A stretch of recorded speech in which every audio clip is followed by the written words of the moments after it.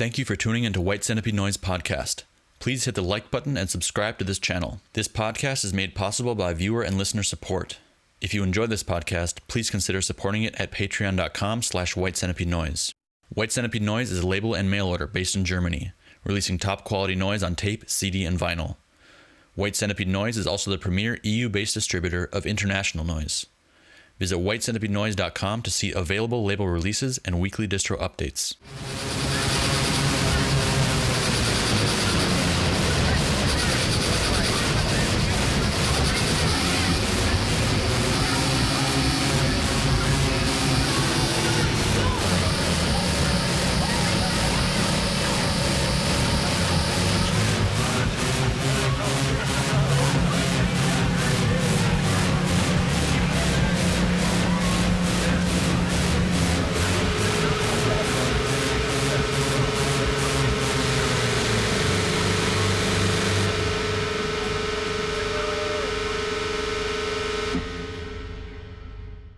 Hello and welcome to White Centipede Noise Podcast. My name is Oscar Brummel.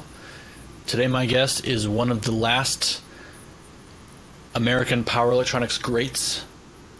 Please welcome Alex Kmet of CLIMAX Denial. Hello, Alex. Hi, Oscar. Very good to see you. Thank you very much. Thank you for... That's crazy, but yeah. No, it's great to see you. It's been years. Yeah, it has been years. Decades. Nah, maybe not. I was actually recently watching the video of the Grain Belt set at that Heavy Focus Fest at Medusa, where we had all the trash flying around, and you were holding up, or I think I was holding up I was holding up a metal stovetop, and you were stabbing it. It was the top of a range oven, yeah. Yeah, exactly. It's top of a range. Beating on it with a file. With a big file, you're stabbing it, and then you can see your hand. You're looking at it. You stab it a couple of times. You keep looking at your hand, and then you gassed yourself pretty bad, right? You have a scar. Can you show the? I guess you showed it to the camera just now. Yeah, it's still. Yeah, it's not. Yeah, I think you could see bone, and I think. Wow. Yeah, I didn't even notice until after the set, when I was just like completely pooling blood on the floor. I think it was Bryce Beverlin or somebody took me to there was like this like gnarly bathroom, and they used some dish soap and like wrapped me up in electrical tape. You stayed though, right? I think I broke my finger too. Whoa. I didn't know that. Yeah, no, there was. I should have gone to the hospital or something, but sorry, I just stayed. Now do you have a crooked finger now? It's all for the sake of noise, man. That was a killer set. It's not crooked. It's just permanently scarred. Thanks to you. It was my fault. Yeah, that was a good fest, though. That was one of my best. That was a great festival. That was really a special festival.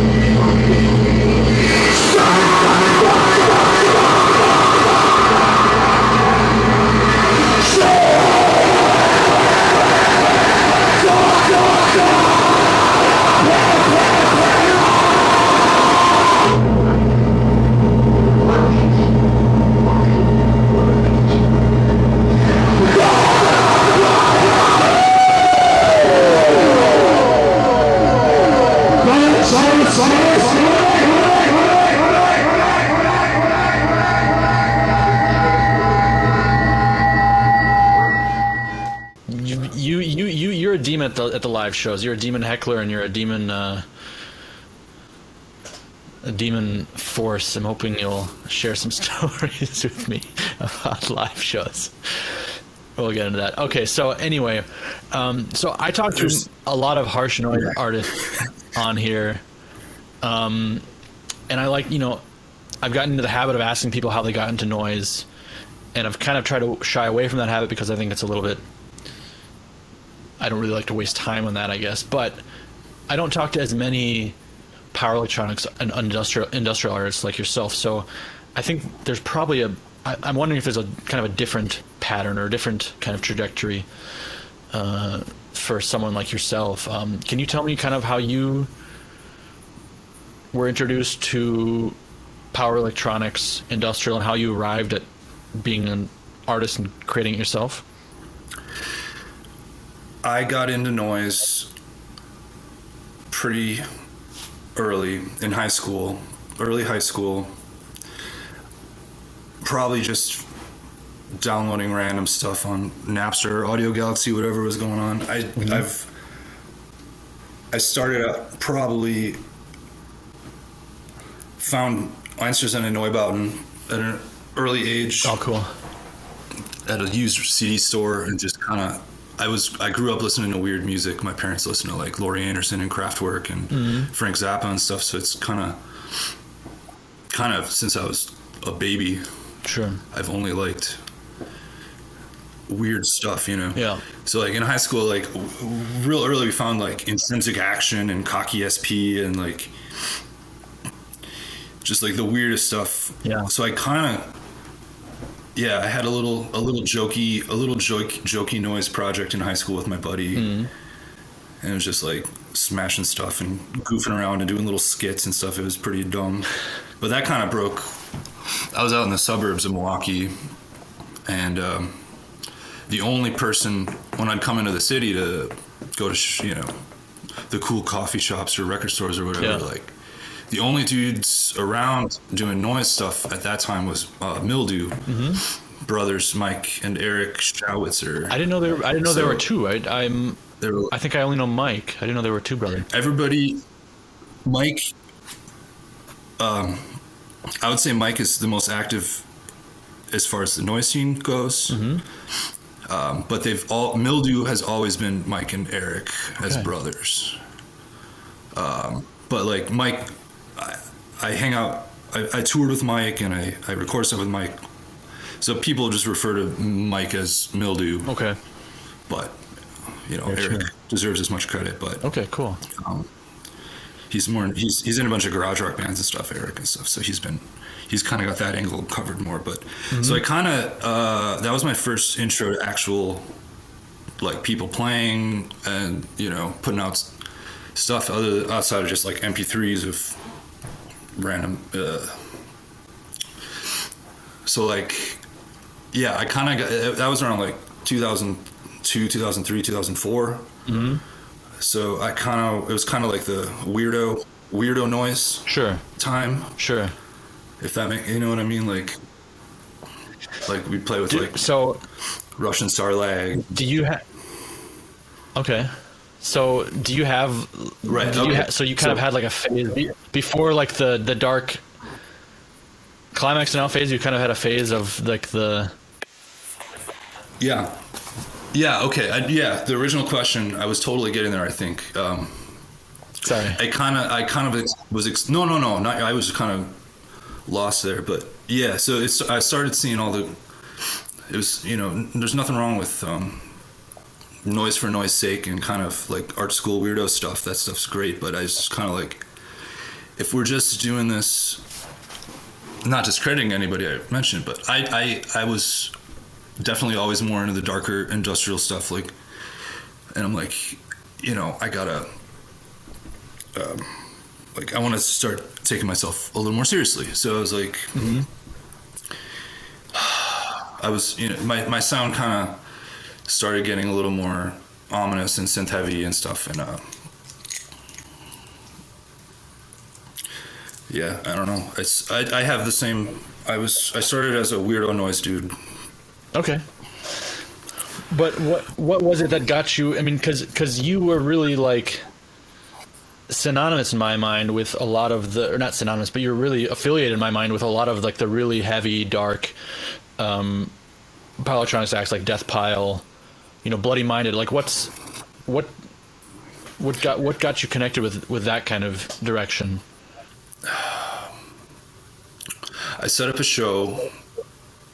I set up a show for Karl Heinz out of Boston in the first apartment I lived on my own in the city. And Karl Heinz shows up at the door. He said, "Hey, I picked up Bloody Minded on the way in here on Chicago. I'm away from Chicago. Is it cool if they can hop on the show?"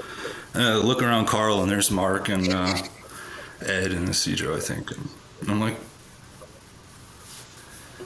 yeah, I suppose that's cool, in my crusty ass the CS basement. So that was when I first met Mark, and that started off a whole thing, because I definitely knew who Bloody Minder was and was definitely a fan, and so that was kind of insane. And then Bloody Minder came up again the next year in another punk house I was living at, and there were like 5 people there. Engman was there before I even knew who Engman was, and they were playing out of one like janky PA speaker that I had like salvaged. It was kind of embarrassing. I think Gray and Venomous played too. It was freaking weird. Wow. So how did I mean, it's just I was before I was Climax Denial, I had a few weird names, and I was going by APK for a minute. That's my initials. Mm-hmm. And I recorded this demo, and I mailed it to Dom at Hospital. Mm. And I didn't hear anything for like a year. And then I went to No Fun Fest 2005, I think. Mm-hmm. And I had met Dom once previously at some show that he played in Milwaukee, and he just pulled me and said, dude, that CDR you sent me, I gotta put it out, but you gotta change the name. I'm like, okay. Look, APK is too similar to SPK. I'm like, yeah, I know, it was just kind of a filler name. He's like, sick, so just let me know a new name and I'll put it out. And that was so I got an issue of Hustler's Leg World in the mail, and it said the T's in Denial issue. Wow. And I was like, T's, yeah, Climax Denial. That's a good noise name. So I emailed Dom, and that was Basement Bruises. Not my first tape, but it was the first one I recorded as Climax Denial, but it didn't come out sequentially. But yeah. Wow. So I kind of was just head over heels into the, I don't know if that explains going from weird harsh noise to power electronics, but sure, I had some good company helping me out. Yeah, cool. That's awesome. Just like, tell me the importance of a couple other people I have kind of noted here. Tell me about Peter Woods. Yeah, Peter. I don't remember when I met Peter, but it was not too long after all that.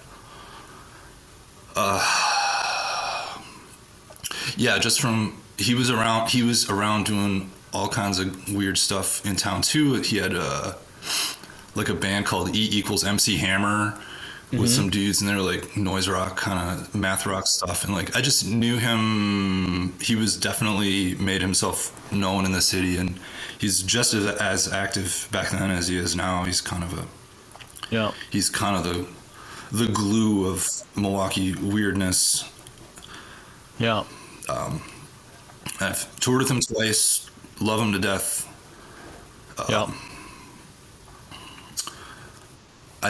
No hilarious stories coming off the top of my head, but Peter's invaluable. What about John Engman? John Engman is the best. Mildew was kind of the only people doing stuff when I first started around here, but Engman was definitely, I didn't meet him right away, but he was kind of lurking on the south side with some other, like, he brought the metalhead, the good old Milwaukee metalhead noise dude, like, super strong. He's one of the best. What about James Moy? James Moy, partner in crime. I really want to put out an Anal Hearst tape. Someday it's going to happen. I've been best buds with James since... I was recording with James before I was Climax Denial. We did a split in one of my first releases. I love that guy to death too. He's a genius. Why do you think he's never really done an Anal Hearst release, as far as I know?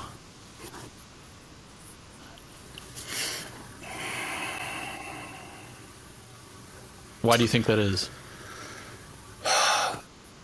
I don't want to speculate. I think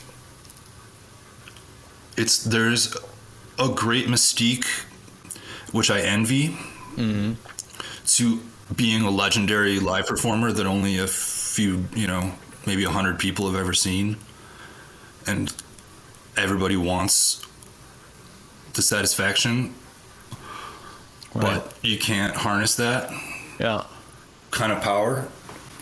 But maybe when he records, it's not up to his standards, and he can't, like perfectionist. I don't know. Speculating, can't say. I'm sure. Okay. If he's not watching, I'm gonna link him and throw him over the coals. But yeah, it's a great project.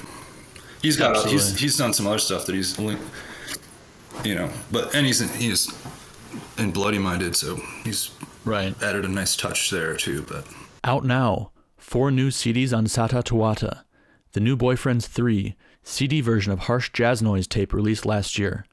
Umpio, Morisco, burning electronics and scrap junk in a blender, with some octopus ink dropping down deep into the Mariana Trench. Secret Apex, long-awaited CD reissue of a tape released in 2013, an intense, lysergic-sounding mixture of electronic music and noise. Mogao, finger pointing to the moon, a new age of Finnish electroacoustic noise. All available at Sata Tawata Bandcamp or distro at satatawata.limitedrun.com. That's SATATUHATTA.limitedrun.com.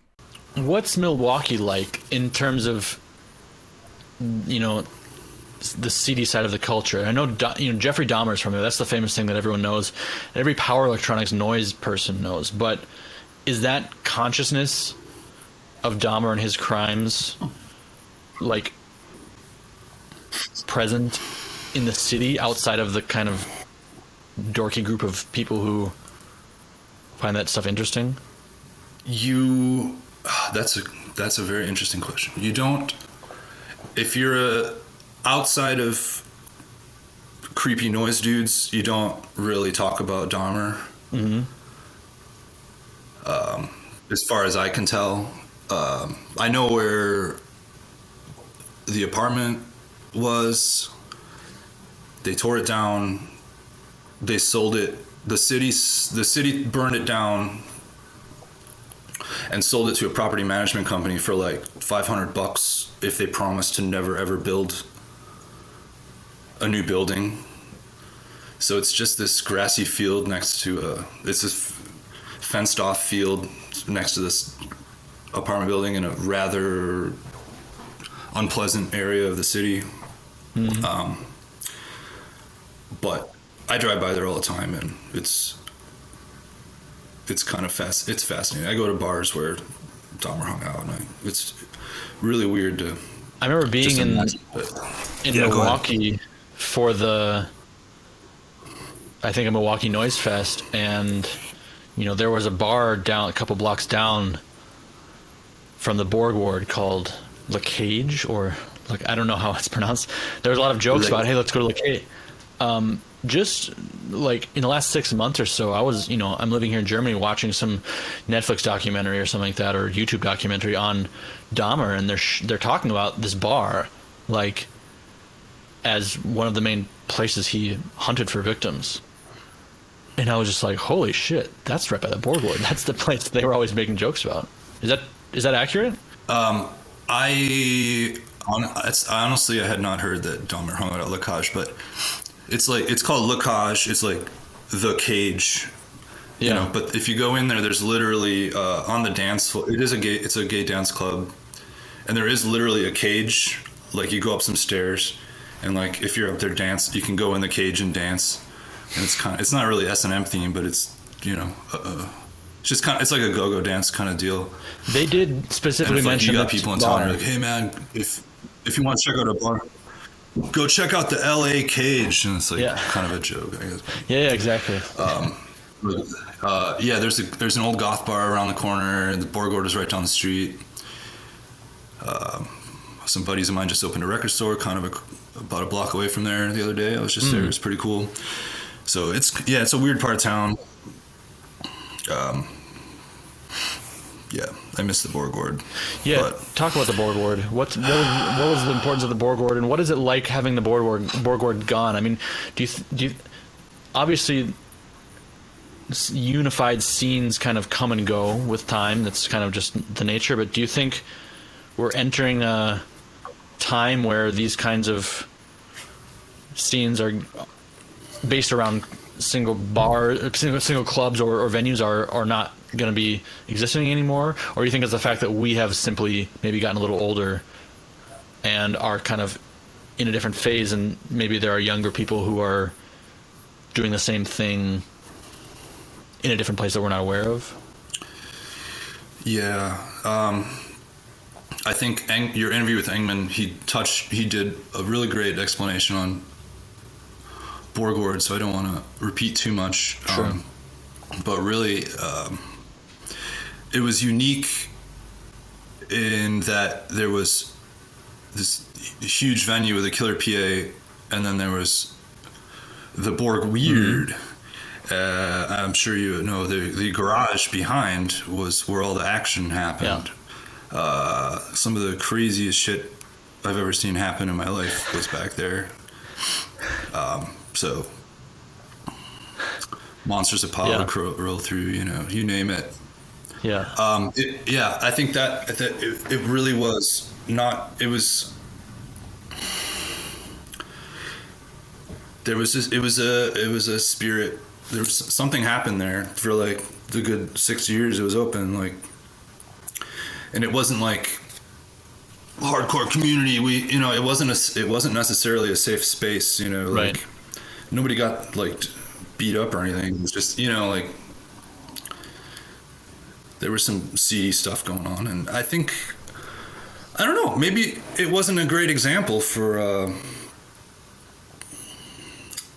what a venue should be, but I don't know, it just how something magical happened and it just worked, and there was punk shows, hardcore shows, ska shows, techno shows, whatever, and like bands rehearsed there. But I don't think there's probably 50% of the people watching this played there if they were around. And they know exactly what I'm talking about. During your... And thanks to Jay Linsky filmed almost every set too. Yeah, absolutely.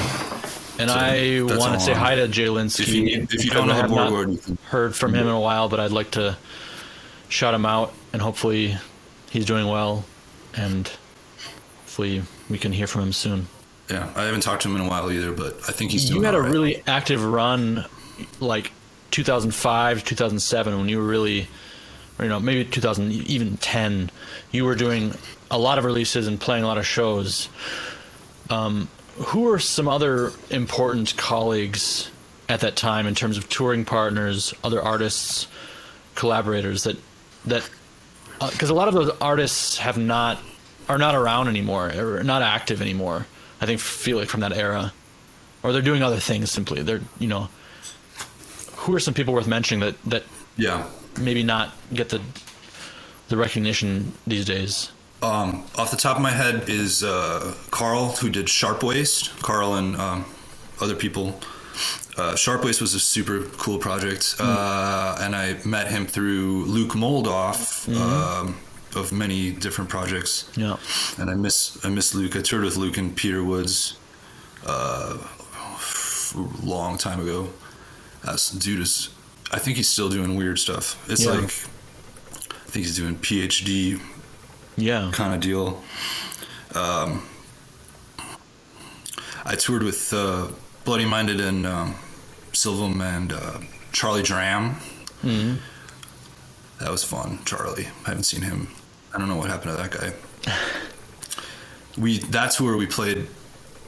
That tour overlapped with 3 dates with Macro Nymph, and I didn't even realize till later, but I think it was the last tour of Joe and Roger together before they had their falling out together. So that was some madness. Did you witness any fun, totally wild shit between them? No, they were getting along. At that point, I saw them. Some crazy. Yeah, no, it was. I'm not going to say anymore, but okay. They have a reputation. go ahead. Yeah. You, like I kind of mentioned, you kind of have a different side of you that comes out during the live concert time. You become very animated, let's say. Yeah. Has any of your antics or energy ever led to any physical violence or bodily harm? Either on you, I mean, of course we know about the grain belt incident, but in terms of someone like getting physical with you or attacking you, over heckling or anything like that? Nothing major. I've definitely been overpowered by bloody-minded members and have some serious bruises from that. But no, in my live sets, yeah, like I kind of channel my alter ego. It's usually alcohol that brings about the wild man, but I prefer active live sets. I prefer a rowdy punk rock crowd. I'd rather have people slamming into the table when the crowd is stoned out of their mind or just like sober at a bookstore or something, just standing there going, yeah, it just drives me nuts. I can't perform under those conditions very well, and I've had sets go bad that way. But nobody's ever. I'm not proud of all my heckling and stuff. Sometimes I've got some good ones, but has it ever led to like a serious fight? I kind of made an ass of myself, really. Has it ever led to like a serious falling out or fight between friends? No. If I'm heckling somebody, they know me usually, and people egg me on. You're the heckler guy. I think I don't want to be known for the heckler guy. Bummed John out pretty bad when we played the Death Jank set, and like during one of the silence cuts, you were like, "Too long." Yeah, I was hoping that would come up. I'm sorry, John. That was like 15 years ago, man. That was, and that, you didn't care. No, I didn't care. I'm just using that as an example because I've probably only seen like 1% of your heckling antics, so I thought maybe there was some other things where that led to something worse or anything like that. That wasn't a big deal or anything. I know. I don't think John was happy after that, but it was like, and you played for almost an hour. There was a lot of cut out parts. But then I was all apologetic, and then this other dude just said, "Yeah, because it was disrespectfully long." I'm like, "Oh, okay." Now he was picking a fight, not me. Jesus, okay. I'm turning red here. That was a good heckle. Nobody needs to know about that. That was a good heckle, though. Death Jank rules. That was funny. I thought that was funny, even though it was maybe too long. Hopefully this interview doesn't go too long. No. All right. What are you doing to me, Oscar? So Sam McKinley, I talked to him a few days ago, and I asked him if he had any questions for you. And he said, no, not really, but he wanted me to credit you with introducing, very complex and deep fetishism into power electronics. With your, that's a serious theme of CLIMAX Denial. My question is, do you see your position in this project? You called it an alter ego a moment ago. I don't know if that just means in terms of live or if that is the whole project, but do you see that position of the project somewhat different or like an alternative position as to what was presented in power electronics as deviance before then, traditionally? Yeah, not every CLIMAX Denial release is about fetishism and this and that, but it's definitely prevailing, and it's what people pick up on the most.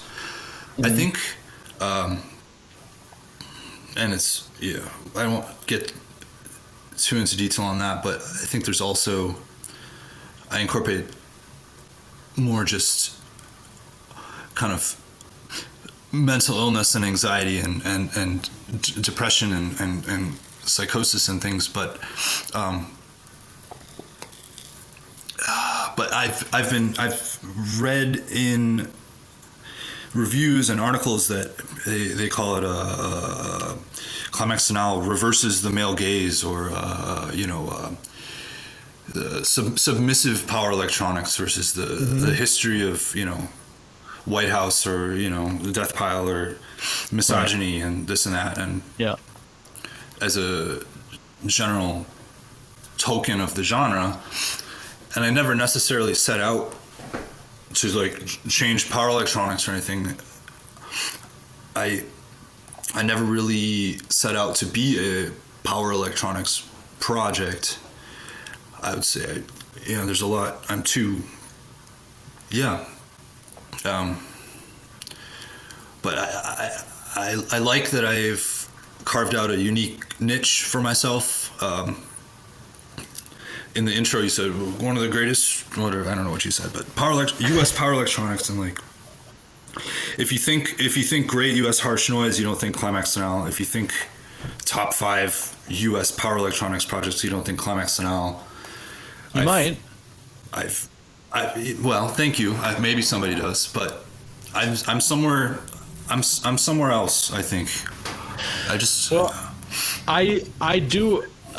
You're a little bit later generation wise, but I do associate you with like the death piles, the bloody mindeds, the slogans. I mean, I know like I said, it's a little bit before you, but I do see you as a continuation of that tradition with your own fully different like angle to it. But you were also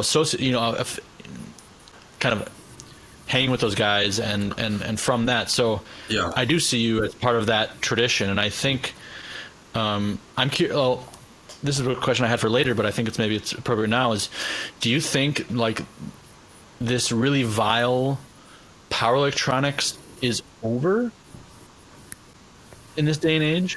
Like I don't know if it's just a political thing, a socially conscious thing, but these projects at that time that were really flourishing and dealing with a lot of, very, let's say, ugly, violent, transgressive, whatever you want to call it, material in a very unapologetic way. Do you feel like that's something that's a tradition that's continuing on, or has it been relegated to a corner, maybe the true underground? Like, or do you think it's what's your take on that whole phenomenon? Yeah. In the current day and age. That's interesting. Yeah. Well, I guess everything's so readily available that, in 95, Death Pile put out a tape with just the ultra misogynistic stuff. It was only getting to a couple hundred people, and it wasn't getting shared all over YouTube. You know what I mean? So like, right. There's definitely still vile, evil, non-PC power electronics going on, and I think it is getting pushed into a little corner, and you just kind of gotta, they're kind of, but call out culture and cancel culture and PC stuff is, I would say, definitely prevailing over.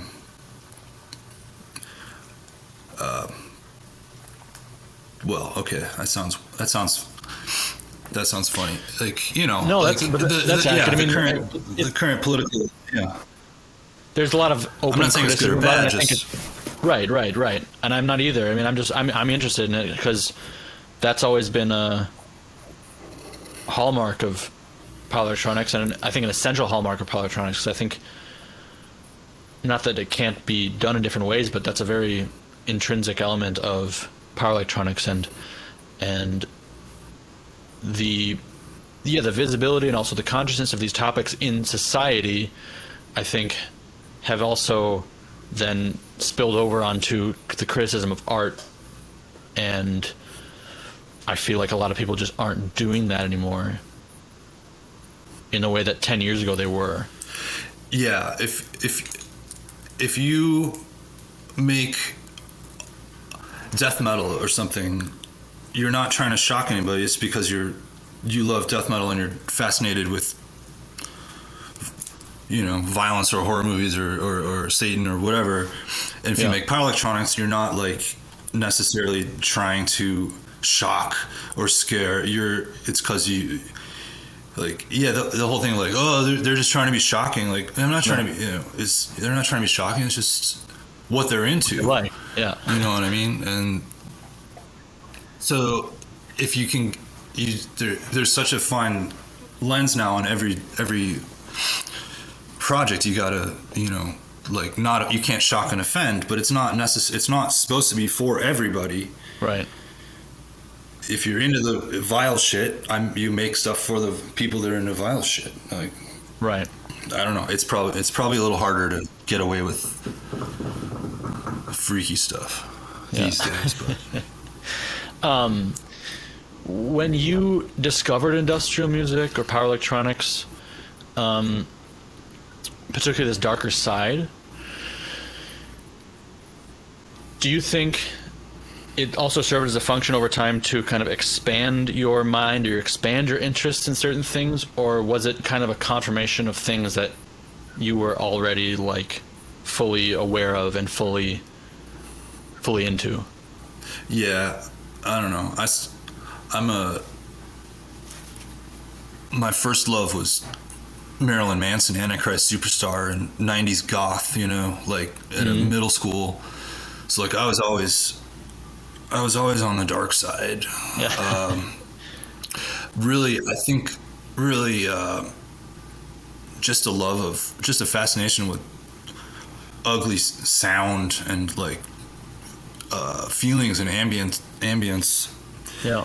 Just the industrial and like really my desert island, like since middle school, my desert island is like Neubauten, Throbbing Gristle, Swans, Legendary Pink Dots, Coil, Death in June, Current 93, number one, like that, like little bubble of classic post-industrial has really influenced my sound more than anything.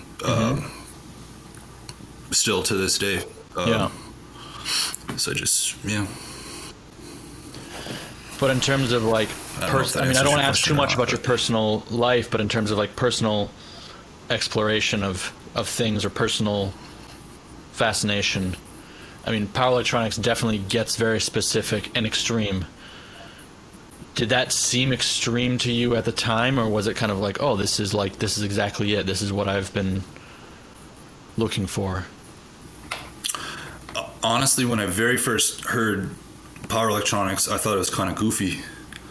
I wasn't mature enough to kind of grasp sometimes it is kind of goofy, but sure, a lot of things are, you know, but you just like, I don't think it's goofy anymore, but really, like, it's just overwhelming catharsis, just noise and screaming. It's just primal humanity, I think.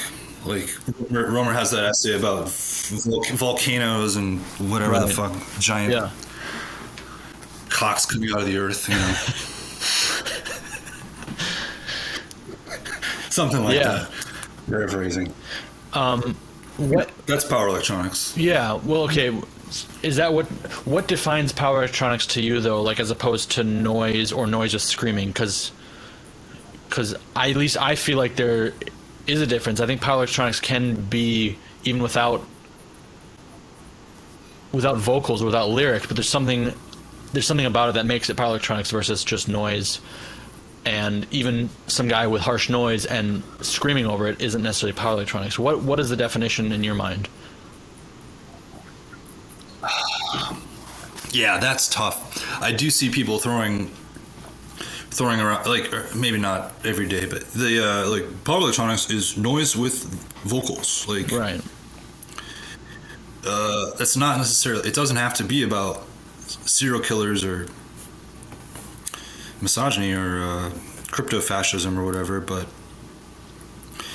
it's really that's tough because like look at like Brighter Death Now versus Atrax Morgue or something like Yeah. it's got to have, I guess, or like some sort of, I guess maybe there's sort of a human connection there, like depravity, like the low, like either ultra dominant top of the food chain alpha male humanity, or lowest gutter human kind of deal. But there's, if you're just like Wolf Eyes is not power electronics, you know. Yeah.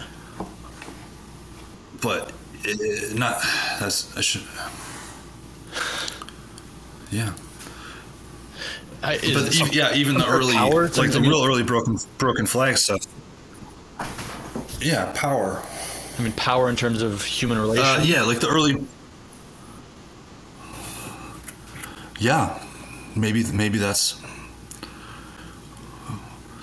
I have power over you, or you have power over me, right. Or governments. There's a political, right.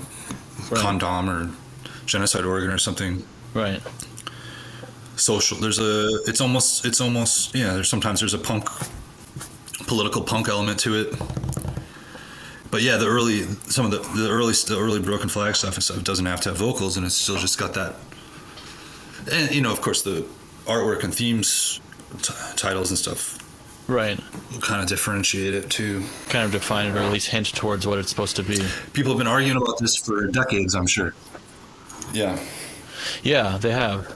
But I mean, it's interesting to bring it nowadays because there's a lot of, there's a newer generation, I feel, of industrial and power electronics artists that are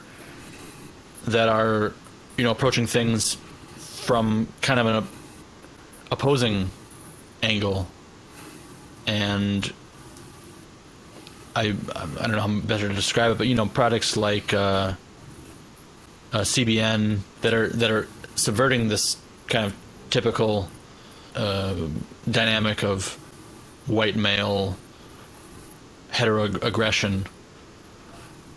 Do you think that is still power electronics? Do you consider that power electronics as well? Yeah, absolutely. Yeah, I think maybe there's like Axebreaker and right. Maybe even like Straight Panic. Right. Yeah, I don't think the Climax Denial has nothing to do with politics. I don't really care. But yeah, I think it's a music genre, not a political movement, not a societal movement. So if it sounds like power electronics, I would consider it part of the family, part of the genre. So I'm not gonna take a stance one way or the other there, but yeah, there's all kinds of cool stuff going on. But. For sure, yeah. Tell me about 10 Little Piggies.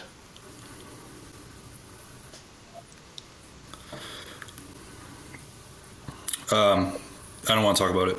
Okay. This episode of White Centipede Noise Podcast is brought to you by Screamin' Ride Distro and Absurd Exposition Label, Montreal-based source for experimental electronics, harsh noise, etc. Over 1,600 items in stock on all formats. Media mail shipping to the USA and affordable international shipping. Forthcoming tapes from the Rita, Mott and Violent Shogun, Andrew Nolan Misery Engine Split, Neural, Hermit Chick White Split, and Alex York. Plus an expanded double LP reissue of Merzbau's 1998 psych noise mantra Aqua Necromancer. Visit screaminride.com and or absurdexposition.bandcamp.com.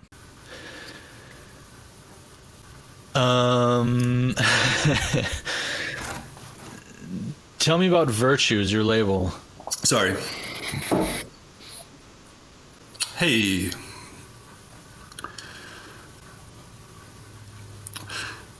Yeah, I've done little label dabbling here and there, just for fun in the past over the years, but Virtues is my new pet, my new love.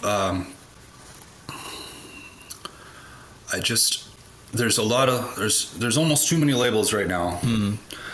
And I didn't need to add a new one, but I don't have a lot of other hobbies other than listening to music and doing noise. And I just, like everyone watching, I just love a nice physical product. So I was like, how do I help, leave a lasting impression? And I was like, I'm gonna devote some time to putting out real nice quality products for projects I care about. If it's just one or two things a year, that's okay, So I had put out the corporate tape for Corporate Park in 2009, and I was like, this needs a reissue. So I was like, I talked to them. I said, hey, how about a nice vinyl reissue of the tape? And they said, cool, and that was the start of it. Unfortunately, that came out right as all the record stores were shutting down in March of 2020, but it was a bad time to launch the label. But tell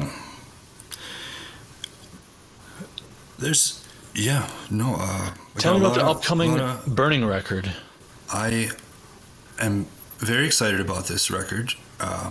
Sadie Ryan and many other people in Minneapolis have a wonderful band called Burning that I'm not sure a lot of people outside of Minneapolis or the Midwest know about as much. And a certain Oscar Brummel has been in this project in the past. I don't know if you've contributed anything to this LP or not, but I have given some source material, which is, I haven't heard it yet though, but I have submitted some source material, which has apparently been used.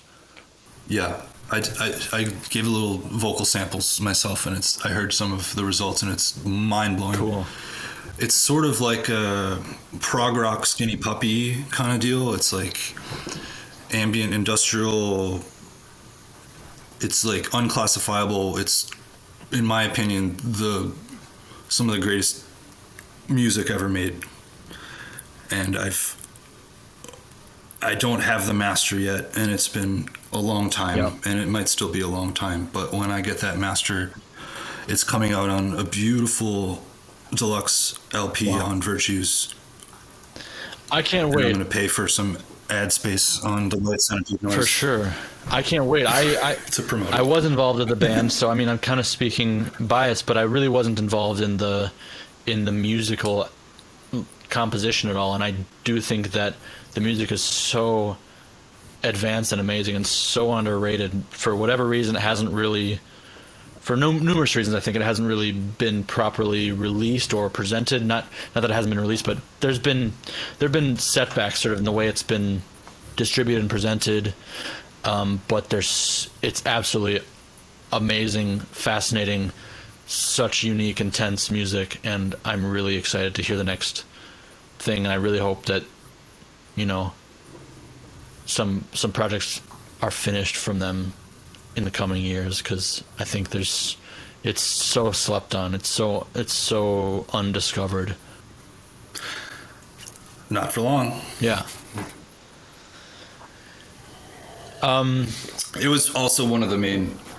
I said I need to start a label to put out a Burning record, and that's my bucket list life goal. So cool. Sadie, let's go. Yeah, exactly. I just talked to her yesterday, and I thought it was done for some. I thought it had been done for a while now. I thought it was already at the press, and then she said something about when it's finished, or still working on something. And I was like, oh fuck, you're still working on it. I thought it was being pressed like 6 months ago. That's okay. Yeah, it is okay. Good things take time. Yeah, that's true. No. And then it'll take a year to get pressed, yeah, I'm sure. But that's okay. Well, I think we'll do a CD also. Good. We'll find out. Yeah. Anyways, carry on. Yeah. Going back to a little about CLIMAX Denial and your project. I'm curious about your recording process, and what I want to know is, when you're in the process of recording, are you putting yourself in certain emotional states? Are you going through what the work is about at the moment of recording, or are you kind of in a more detached, calculated moment? Because I remember reading a number of times Keith Brewer from Taint and Mania talking about how when he's actually recording, he's not at all feeling any rage, any really intense feelings. The actual recording process is very, like, sober, so to speak. What's it like for you? I'm very I don't record. I'm not prolific. I don't record all the time. So when I'm focused on a project, it might be months apart or years apart, depending. I'm definitely, especially my more last 10 years, my more woozy, synthy stuff. I'm definitely intoxicated by it. It's not. I do a lot of overdubs, but it's all live. Mm-hmm. I don't do notes. I don't have an idea. I kind of improv. Most of it's improv and just live synth stuff. I'll overdub all kinds of stuff. I'm not, one take, one track. Yeah. But I want to make delusional, intoxicating ambient noise. Yeah. So I'm in this. You're in the zone. If it's fucking you up, it's fucking me up. Yeah. So I don't. None of it's fake. If not that Taint was being fake. You know what I mean? Right. But I have to be in the right frame of mind to do to get it right. Is that taxing? And do you ever see yourself being done with that kind of process in your life? It is taxing, and I have barely recorded anything in the last couple of years. So yeah, the last few things I've recorded actually were just straight up harsh noise things, which most of my career I haven't done just straight harsh noise. And I think I am getting older and less of a slimy, creepy pervert, and it just kind of I need it. And I don't want to bring up COVID and the pandemic and everything, but like all this and social media and everything's just everybody's just got opinions. I just felt, I'm going to go back to my roots and just bang on a piece of metal with a chain and a contact mic and like 3 pedals. Yeah. And boy, it just woke me back up. Yeah. And it's like really invigorating. So yeah, I think CLIMAX DENIAL was just druggy, slimy scum, and now I've kind of perked myself back. You've helped. There's a renaissance of glorious harsh noise, and it's kind of cool. What about the album Blackout Suite? I may or may not remember much of recording that one. Okay, because that's a recent one that I really, really liked, and it also felt it was kind of classic CLIMAX DENIAL, but sort of had a refreshed, different sound to it. It sounded kind of different for me, and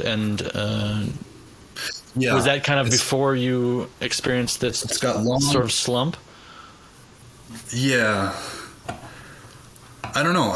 I'll go months without doing anything, and then if somebody asks me to do something, I'll come up with it. Yeah, that one's got it's got some long ambient stuff and some really really pathetic vocals. And I've got there's samples of just people fighting and just kind of inane yelling.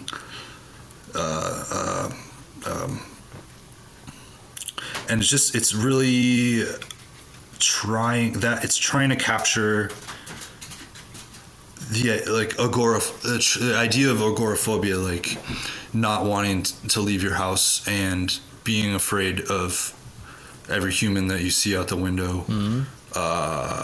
So that's it's coming back to me. That was claustrophobic synth, and then Right. if it doesn't beat you over the head enough, then I just threw in just people yelling at each other, and it's just really uncomfortable.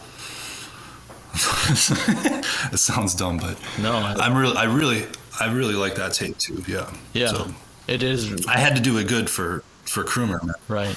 Absolutely. Going back to, you said you Name your went price. to No Fun Fest. Were you performing there? No. I went to No Fun Fest 2005 and 2006, I think. Okay. But no, I was a nobody then.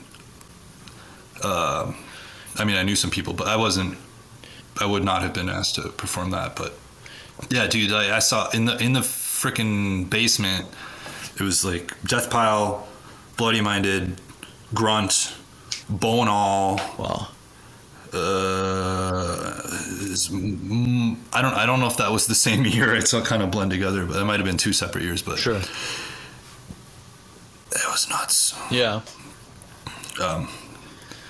Yeah, I don't think I got asked to do anything cool till a little later, but that would have been nice. But you say that Dom recognized you at that time and was the one who encouraged you to start Climax Denial. Yeah. I think Mildew set up a show in like 2004 before I was Climax Denial that I played with Mildew and Hair Police and Prurient. So I met him there. I set up a show before I was Climax Denial for the tour that was Prurient, Crank Sturgeon, and Emil Bolio. Mm-hmm. That might have been the first time I met Dom. Okay. That was insane. That was 2004, I think. And again, there was like 8 people in this dumb punk house. Yeah. So that's how I met Dom first, and Ron and Crank. But yeah, so I'd met Dom a couple times, and then I mailed a really shitty CDR with Sharpie scribbled all over it to hospital headquarters. I think it was right when he moved to New York, I think, and just opened the store. And so yeah, he's like, What's your working relationship been like with hospital since then over the years? I did Basement Bruises in 2005, and I did another tape, One in the Chamber on Hospital, I don't know, 2010 or so. Mm-hmm. And then I'm on a comp, but I'll email Dom once in a while, but I don't have much of a relationship anymore. Okay. Other than that, but I think very highly and fondly. Yeah, for sure. Of the whole label and everything, the controversial label. Controversial label. It's funny that it's become controversial. I would do. I guess it's always been controversial. But no, it's support the underground. Yeah, exactly. 3 new tapes coming soon on White Centipede Noise: Moosehead, The Doors of Perfection, Vincent Dallas, Phantom Clank, and Spring of Life, Brown Bed. Also still available, CDs from Apperpot, The New Boyfriends, Jason Krumer, KM Tupfer, Sewer Election and Trerix Rosette, Lacerations compilation, as well as the final copies of Jeff German and Aaron Dillaway, Casual Collision CD, and Alter of Fly's Otterblick Triple LP. Also now offering free shipping on all orders of €100 or more at whitecentipedenoise.com. In your times, like when you had that really active kind of run in like the mid 2000s, what were do you feel like there was any difference between how the scene worked, how labels worked and interacted, and artists versus now in the age we're in now? What were some of the main differences between those relationships and working dynamics? This is dumb, but the first thing that pops into my head was mail me a CDR of your master. Yeah. It's just whatever. Versus, uploading WeTransfer or something. Yeah. And then I tried on an old label, I was going to put out a tape for somebody, and they sent me an empty jewel case. Like, they were so stoned they forgot to put the CDR in there. That was funny. So that tape never happened. Yeah, it's just. So, I mean, I'm old enough to remember mail order catalogs, but I'm young enough that I started when MySpace.com was big. There was all kinds of MySpace noise. Yeah. And I had people in my top 8 friends list and everything. Yeah. So there was a lot of collaboration there, and there was some good stuff came out of it, but it was kind of goofy, but that's, but really it's just everybody, somebody else said it in another interview, just name a noise fan who doesn't have a project, and then name a noise fan who has a noise project who doesn't also have their own label. Right. It's just endless. It is endless. Algebraic. Algorithmic. Yeah. So you just gotta. Do you feel like you gotta be picky sometimes. Do you feel like the label artist communication back then was different than it is now in terms of okay, let's do a release, send the material? Was there usually feedback about it? Was there communication about it? Was there art back and forth about the artwork? Or was it kind of with less communication and kind of left in their hands? Yeah, I don't think it's much different now than it used to be. Some buddy of mine, I remember it's controversial that he said no to a release. This guy sent me a thing and I asked him to do it and I didn't like it, so I said no. And everyone's like, what? Yeah. You can't do that. I'm well, good for you. I think there needs to be more of that. I've definitely said no to people, and I try to be nice, but they usually don't take it very well because it's not common. Right. 50 different people could make the exact same noise tape, and we don't. I think the whole scene in general could stand to be a little more picky. There's noise for noise sake, and that's fine, and everybody should be included, but you don't have to just shit out everything, put out everything you shit out. Yeah, people should be pushed to higher standards, I think.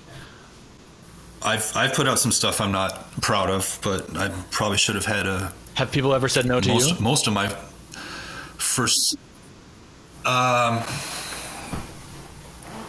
yeah, there was one. I tried to put something out on Old Europa Cafe, and they said no. But was it after it was already agreed to, or was it just kind of a proposition? It was unsolicited. Okay. Oh yeah, and I did a Starved Relations put out. My buddy Brandon put out my split with Siamese Pearl. Yeah.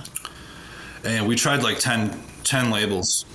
We tried minimal synth labels, we tried noise labels, we tried bigger labels, we tried small labels. Nobody wanted to put out this weird split. They said, "Whoa, we're not into splits right now." Really?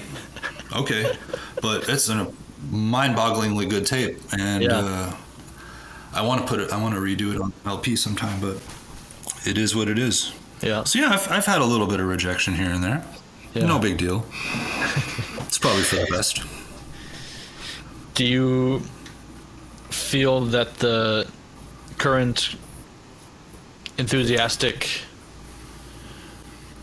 aura around noise that we've been experiencing for the past 3 years is likely to continue on and continue growing, or do you think it's has an expiration date? And when do you think that might be? There will not be an expiration date, but I'm sure the older heads can attest to this more than me, but I've been in long enough. You've been in long enough to know that there have been lots of waves. Yeah. 2004, there was nothing, but then it was like Sonic Youth and the Boredoms, and then Wolf Eyes, and then the weirdo stuff, kind of, and then No Fun Fest and Carlos Cafani and everything, and then kind of nothing, and then the wave of like Impregnable and Pedestrian Deposit, the kind of Callow God and Monorail Trespassing. It was kind of emotional American noise, and then kind of like it comes in, like enthusiasm comes and goes, but the genre, the niche subgenres which are popular will change. Yeah. So, and then even like 5 years ago, it was more like straight up politically correct Facebook noise. I don't even know what that would mean, but yeah, I think you are responsible, I think, for a great deal of a resurgence of new, weird, harsh. And I think it's a good thing. Yeah, I think it's. So we'll see what comes after. I don't know. I don't think I'm responsible for it at all, but I think I've identified with some of it, I guess. But it is good to see that stuff going on. But I'm very interested to see what is maybe on the horizon, because I've kind of recognized finally that I am sort of now in an older generation. And there must be younger generations of artists doing things that I'm not familiar with or you know, maybe even comfortable with or whatever. But I'm very curious. I think I need to maybe be a little more curious about trying to tap into some of that. Because I don't want to say I'm ever like over harsh noise, but I do no longer hold on to this idea that the crumbly, harsh noise that I love and came up on is like the only thing. And I'm very interested to see what other people could do within the framework of harsh noise, you know? Because I know there's a lot. I mean, I can imagine a lot with my mind. I agree if I had the technology or the whatever, the know-how to try certain, you know, to work with certain sounds, for example. But I just can't do it, and I won't. I do my thing, but I know there's got to be so much more that could be happening, and I think probably is happening, and there are artists out there doing it. I would like to see that. Yeah. As much as I love the orthodox and the traditionalism as well, I think harsh noise is also a very traditionalist kind of genre in some way, and it's good. It's good like that. Yeah. Like I was saying, when I was 13, I found Cocky SP and Intrinsic Action or something. But there's, you know, like you realize, you know, I know there's older '90s dudes that, but whatever. We're getting up there, and there's some kid out there who's like 13 right now who's looking up YouTube videos of like Pedestrian Deposit in 2017 or something. I'm like, whoa, dude. Yeah. So like. And they have apps that we've never heard of, and we're old geezers, you know. Yeah. As I remember, there was a time there when it felt like there was like 20 noise dudes making tapes for the 20 other noise dudes. Yeah. Like, CLIMAX DENIAL, and then there's right. Like, you know, like there was a little like, what am I even? I'm just doomed to not doomed. I'm destined to just trade with 5 people for the rest of my life. Yeah. Like, but there is a whole, there's again, nothing. I like trading with all my five friends. Yeah. But, you know, it's good. There's definitely a new wave. So the kids are coming up, man. Yeah. So if you're watching this, fucking blow us out of the water, man. Get weird, get dark. Yeah. Get sick.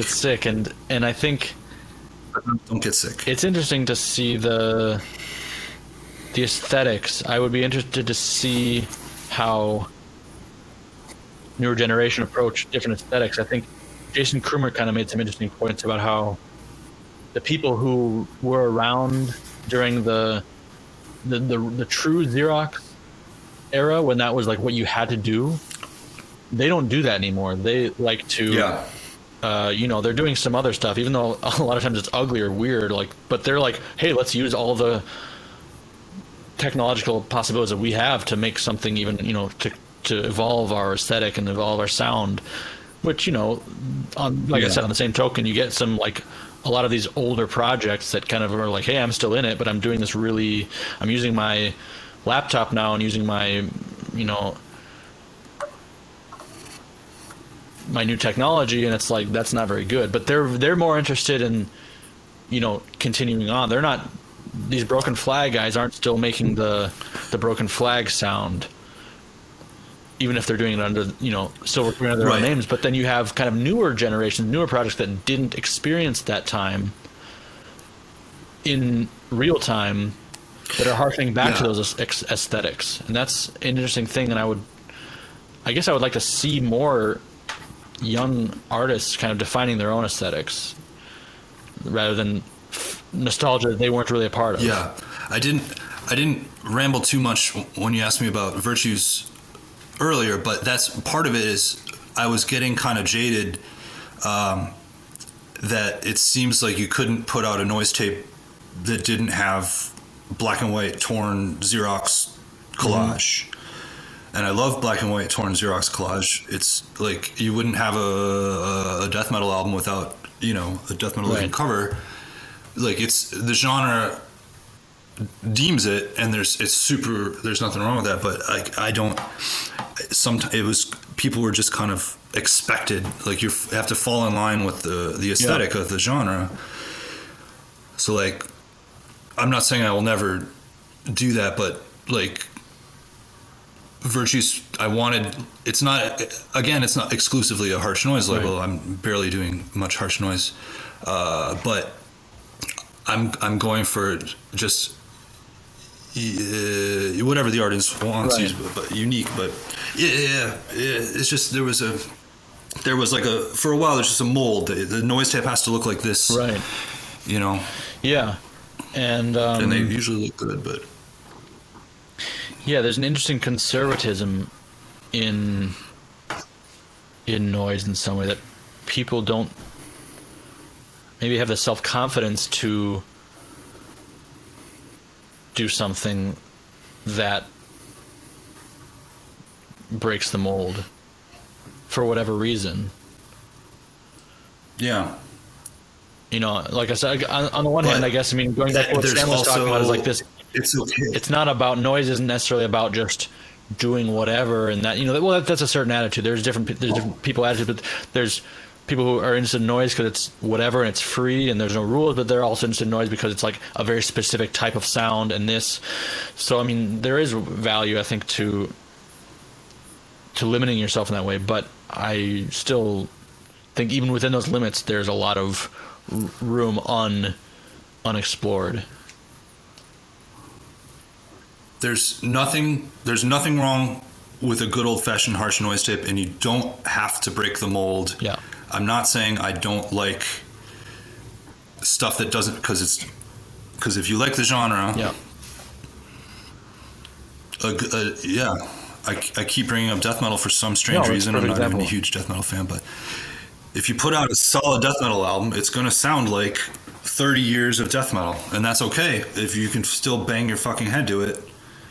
Yeah, so it's good when people do try to break the mold, and I think maybe there's some people tend to poo-poo it, or think it's too goofy or weird or something, but so there's both can exist, and it's some people need to forge ahead, and some people can carry on the tradition. Yeah, for sure. Play both sides. It's easier to fail with something new or outside of the box, and I guess that's unfortunately where people hang themselves up on. I've tried some weird stuff. It didn't always work. What are your plans for usually work CLIMAX Denial in the coming future? And you described doing some harsh noise, like straight harsh noise stuff recently, but I'm not so aware of that. Is that also under Climax now, or is that a different project? I do have a secret caveman American noise project called Hematite, and there's only one tape that I did for Deathbed last year, I think, called Dumb as a Rock and Twice as Hard. I didn't really advertise it. I think there's like 50 of them. You can probably still That's get a great. copy. I didn't know about that. But so I might do more. I might do more with that. I've kind of like arrogantly over the last 15 years just I switched genres without changing a name. I was always like, everybody's got 30 projects, and I'm just gonna be Climax Dennial, whether it's an ambient, cinematic, ambient, death industrial album or scathing harsh noise. But I probably should have switched the name here and there. But last year I did a tape for Modern Decadence and Hiroshima Dust out of Mexico called Asexual Electricity. That came out like a little over a year ago, I think, or two. Geez. And that's just pure, just harsh junk noise. Sick. Okay, cool. Because like I was saying before, I was tired of opinions. I didn't really feel like getting all synthy and weird, so I just swore. Yeah. And it's pretty good. And then Abhorrent AD label messaged me last year. Says, hey, I got your harsh noise tape. Can you do some harsh noise for me? So I said, I would love to do some harsh noise for you. So probably right when this is debuting, I have a new CD coming out on Abhorrent AD called Indolence, and it's a full length CD, and it's 90% pure harsh noise, and it's really fucking good, and I'm proud of it. There's a little bit of creepy vocals in the middle, but it's mostly just rip your face off American noise. That's great. And I don't really have anything. I don't really have any Climax Dennial's plans at this moment, but I may or may not work on something in the next year or two. We'll see. Very good. At this point in time, I would like to ask you to tell me your top 5 noise releases of all time. I'm going to go Bloody Minded Trophy. Insane. Just pure raw power electronics. I'll go Sodality, Beyond Unknown Pleasures. It's probably the sickest, most disgusting album I ever recorded. MXM, Flesh Biting Pedophile. It's Macronympha and Mondo Brui. Breeds. Just super gross. And you can't pop that up on the screen there. Brighter Death Now, Obsessus.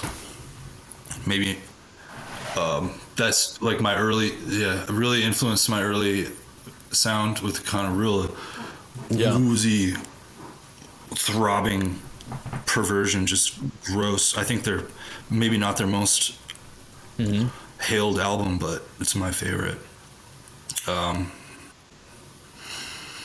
That's 4. That's 4.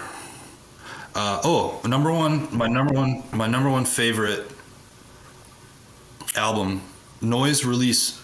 My number one favorite noise release of all time is Prurient and the Rita. Women Pissing, 7-inch on Fusty. Number one favorite of all time. That's my number one favorite noise release of all time. Cool. Women Pissing. Yep. That's a good one. On Fusty. Cunt. Yeah. No A-Tracks Morgan in your top 5? It's perfect. I could do honorable mention A-Tracks Morgan Paranoia, but I sweated about it all week. I know I'm known as like the A-Tracks Morgan guy, but everyone's an A-Tracks Morgan guy because he's perfect. He's got too many good albums. And I found Bloody Minded first. Yeah. And it's got the same just absolute minimal, just there's one sound and then in-your-face vocals. Yeah. A-Tracks Morgan is completely different, but it's one sound and in-your-face vocals, and it's just sick. Yeah. But Trophy influenced me earlier. Yeah. Do you have a picture of the like, 8-track More graffiti Oh, and like on the, GR. on the wall of the Borg ward? No, I don't have. I might on my computer, but that was just chalk. That's the amazing thing about the Borg ward garage is Jay just bought a thing of chalk and brought it in, and we didn't even have to spray paint. It's so cute. It's all this like pastel. Yeah. Yeah. Okay, cool. So that's your top 5 of all time. What about top 5 of the past year? Yeah, I buy a lot of stuff, but it's like gonna go a couple years. I think last year, Swollen Organs Vestigial Cock LP on Breathing Problem. That's just so gross. And Swollen Organs is just genius on top of his game. It's weird and dark and ugly. Cool. I'll do Doll Circuit Drama, which is actually also on Breathing Problem. The tape that's just really good. I did a Doll tape, of course, on Virtues, which is excellent, but Circuit Drama really advanced from the one I put out. Cool. There's this project I don't know much about. I think he's in Australia. I got it from Cloister recently. It's Pterygium.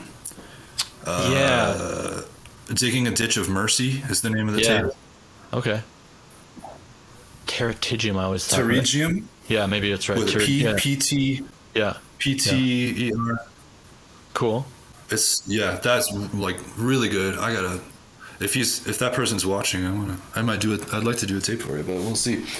Cool. I'm probably not worthy because he's on Tesco, but that commuter CD on Phage is really good. Everyone's talking about that one. And I think that's 4. And I just got a comp from Scott, who does Petite Souls. It's a comp called Motivated by Anticipation, about motel voyeurism. Yeah. It was like not on label, right? Private release, but you can still pick it up. Yeah, it's really, really excellent. It's got Thomas Bettner, Straight Panic, and GX is on there, I think, and Swollen Organs. Sam Stockson's on it, right? It's really, Sam's on it, and I think, it goes above and beyond like quality. I would recommend picking that one up if you can.